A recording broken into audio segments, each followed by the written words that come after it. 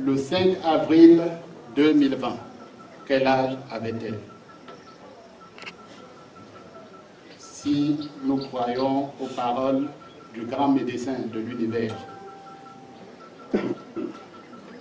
méritait-elle la mort? Elle a même dépassé le cap prescrit par le médecin. Surtout calcul fait, elle serait morte à l'âge de 84 ans.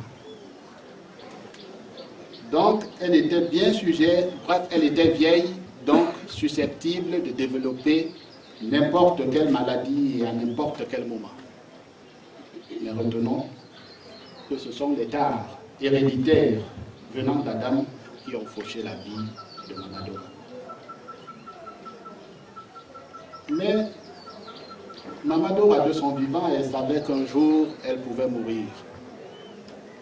Et après sa mort, quelle serait sa condition? Voici un verset biblique que Mama Dora aimait beaucoup utiliser dans la prédication. On dit plus haut que c'était une prédicatrice de la bonne nouvelle du royaume de Dieu. Et elle aimait utiliser ce verset d'Ézéchiel chapitre 18, le verset 4, pour expliquer la condition des morts. Dans ce verset, il est dit, écoutez, toutes les âmes m'appartiennent. L'âme du Père comme l'âme du Fils m'appartiennent. L'âme qui pêche, c'est elle qui mourra. L'âme qui pêche, c'est elle qui mourra. L'âme même, c'est quoi? Pour bien comprendre cela, revenons un peu dans la genèse de l'histoire, lors de la création de l'homme. Selon Genèse chapitre 2, le verset 7, la Bible nous explique que Dieu forma l'homme à partir de la poussière du sol et souffla dans ses narines le souffle de vie, et l'homme, pas qu'il a reçu, mais est devenu une âme vivante. Donc c'est l'association, la poussière du sol, plus le souffle de vie qui font l'âme. Autrement dit, si nous prenons la farine, on la mélange avec de l'eau, qu'est-ce qu'on obtient? La pâte.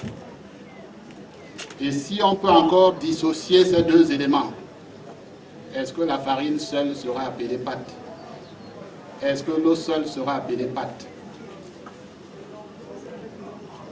Donc Mama Dora connaissait très bien cette vérité, qu'à sa mort, elle va mourir, l'âme meurt, contrairement à la connaissance populaire que nous avons aujourd'hui. Mama Dora utilisait encore cet autre verset pour montrer l'état de mort. Dans Psaume 146e, au verset 4, Psaume 146e, au verset 4,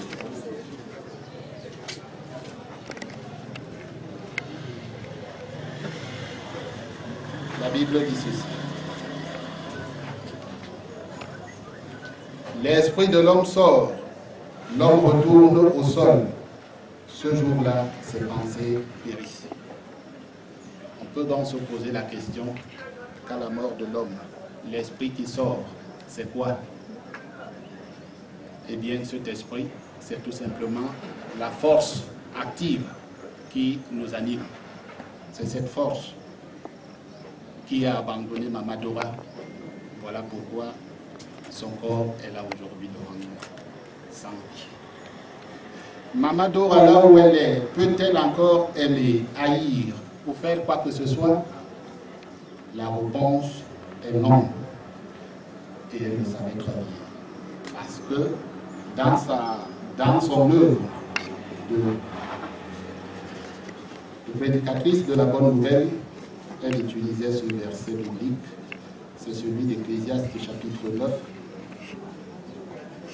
Ecclésiaste chapitre 9, le verset 5 et le verset 10, où il est dit.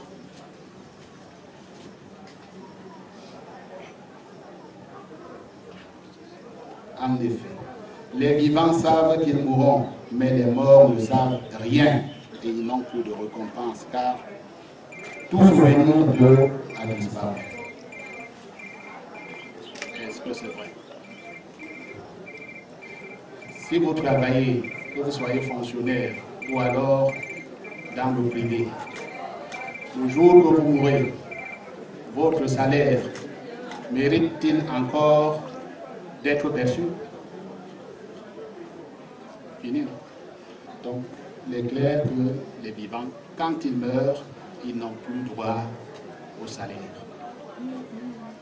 Au verset 10, la Bible continue en disant « Tout ce que ta main trouve à faire, fais-le de toutes tes forces, car il n'y a ni œuvre, ni projet, ni connaissance, ni sagesse dans la tombe où tu vas. »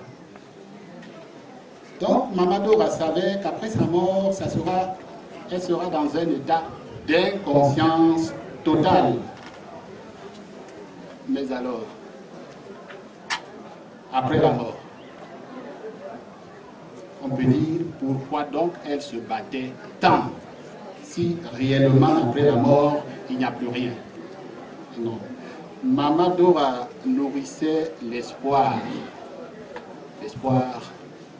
de la résurrection. La résurrection dans un monde meilleur, un monde débarrassé de toute pollution, un monde débarrassé de coronavirus. Voici ce qu'elle disait aux gens qui fondaient sa foi. Dans Jean chapitre 5, les versets 28 et 29.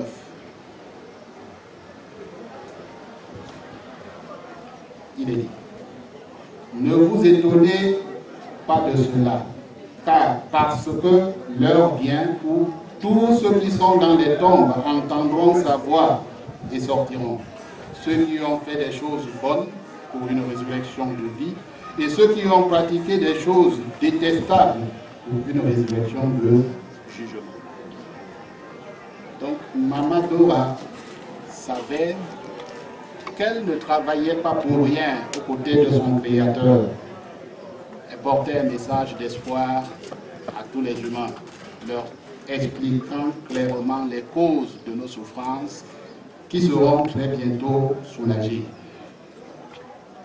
La Bible reconforte cette pensée lorsqu'elle dit en Révélation chapitre 21, les versets 4 et 5.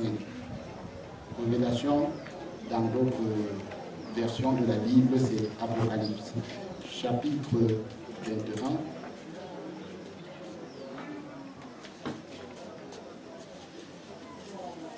Apocalypse chapitre 21, le verset 4 et 5, il est dit. Et il essuiera toute larme de leurs yeux, et la mort n'existera plus. Il n'y aura plus ni deuil, ni cri, ni douleur. Les choses anciennes ont disparu. Et celui qui est assis sur le trône a dit, voyez, je suis en train de faire toutes choses nouvelles. Et a ajouté, écris, car ces paroles sont dignes de foi et vraies. Donc, tout espoir n'est pas fini pour notre mère, Mama Dora. Elle était convaincue de son vivant qu'un jour, son Créateur, quand son heure arrivera, de récompenser tous ceux qui ont fait l'effort de vivre en harmonie avec ses normes élevées, elle sera parmi. Elle sera parmi et elle goûtera à une vie meilleure dans le monde nouveau, le monde où la pollution morale, physique, mentale et spirituelle n'existera plus. Alors la grande question que nous pouvons nous poser, nous qui sommes ici, quel intérêt avons-nous d'être ici aujourd'hui? Est-ce seulement pour voir comment on va enterrer Mama Dora? Non. Nous pouvons gagner autre chose par notre présence ici aujourd'hui. La chose, c'est quoi? Eh bien, découvrons-le dans Ecclésiaste chapitre 2. Ecclésiaste chapitre 7, et le verset 2.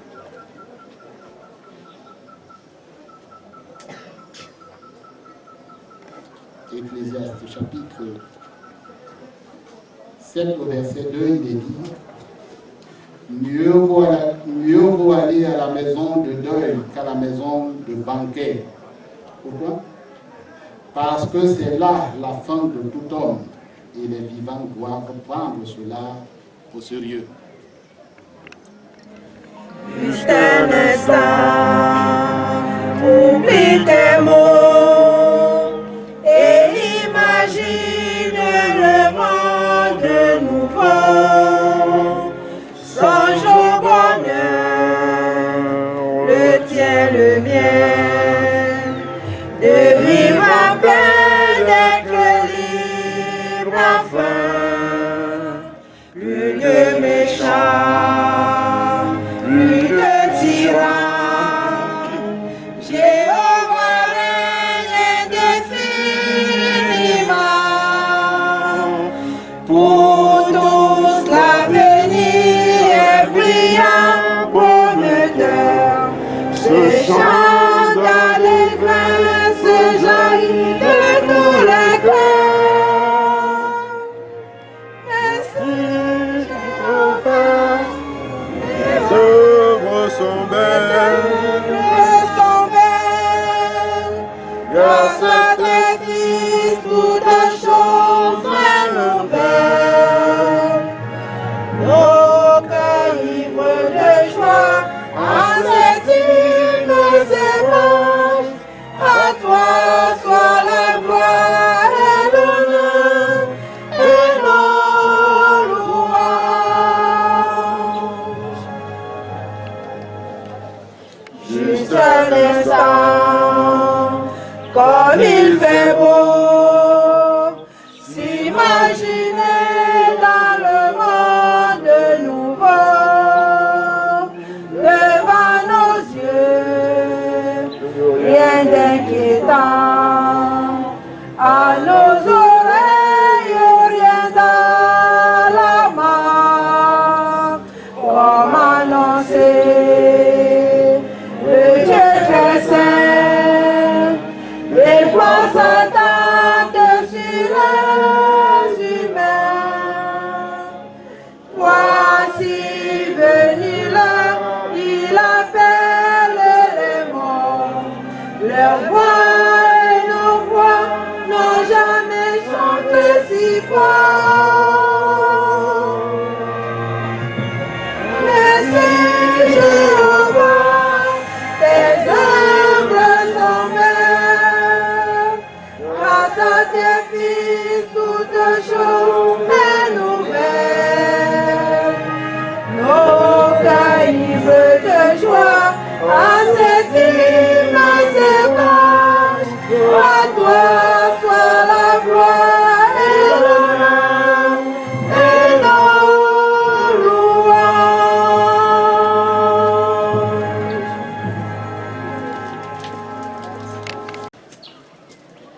Souverain de l'univers, Jéhovah, toi le créateur des cieux et de la terre, nous te sommes infiniment reconnaissants de nous avoir soutenus jusqu'ici.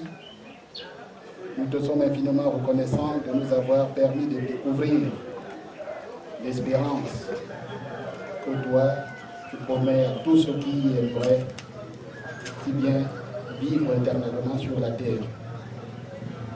Père éternel Jéhovah, que l'espérance de la résurrection puisse stimuler notre désir de te connaître, de te servir et de manifester ces belles qualités que toi tu aimes tant, que sont l'amour sur tous ces plans, que nous puissions la manifester à l'égard de nos contemporains.